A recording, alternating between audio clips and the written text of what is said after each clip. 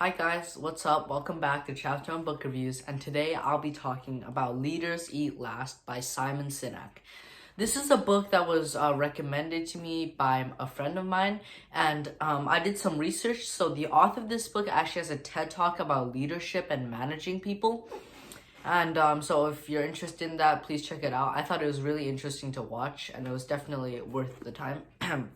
So basically, this book is mainly his observations and advice and about how to successfully manage a team of people. He uses plenty of examples to make his points, and he talks about his real life experiences, looking at different methods of leadership. So the book mainly focuses on leading people, and Simon Sinek talks a lot about building a circle of safety and building a work environment that everyone feels their thoughts are valued, that they feel welcomed in, and that they can really produce the best work. And basically, the book talks with many different points, but it's all basically about that. And I'll start with what I really liked about the book. I thought the book was very well written, and I really liked its use of examples. The author uses many examples from his own real life interaction with the people in leadership positions at different companies, good and bad examples. And he also talks about some tests and research conducted by other people. I think he talks about some experiments on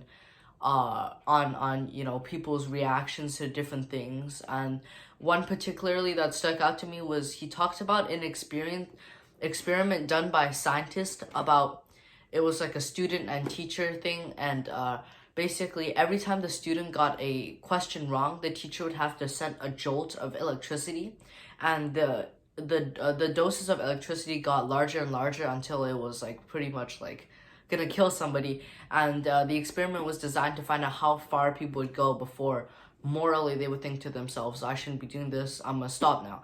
And he talks about that was probably the example that stuck out the most to me. But I'm just telling this to give you a sense. There's a lot of different examples, which is very good.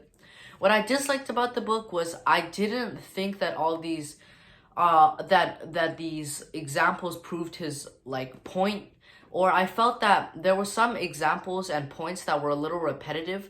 For example, he talks about he talks a lot about work environments, and he gives many examples of different companies, Merrill Lynch, and he talks about these companies, and I feel like his point is pretty repetitive throughout, so that gets a little boring when you hear many examples to prove the same point.